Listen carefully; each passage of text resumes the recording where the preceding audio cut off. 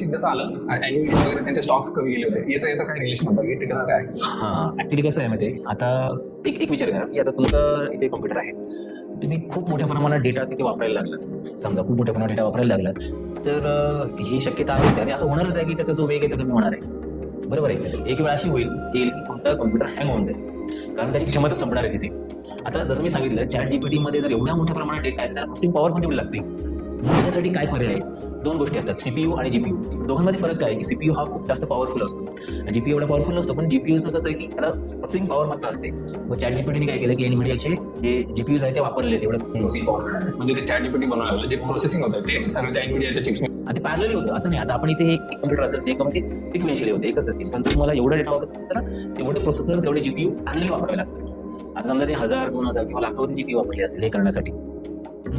डीपसिकने काय केलं, डीपसिकने तसंच प्रोडक्ट तयार केला पण त्यांनी जीपीयू वापरलेच नाही एवढे. एकदम ChatGPTच्या 1 ते 2% प्रोसेसिंग पॉवर मध्येच त्यांच्याच तोडीचं सॉफ्टवेअर तयार केलं. मग त्यांनी हे सिद्ध केलं की तुम्हाला LLM बनवायचं असेल असं बनवायचं त्याला जीपीयूची गरज नाही. म्हणजे याचा अर्थ इथून पुढे जीपीयू तुम्हाला गरजच पडणार नाही.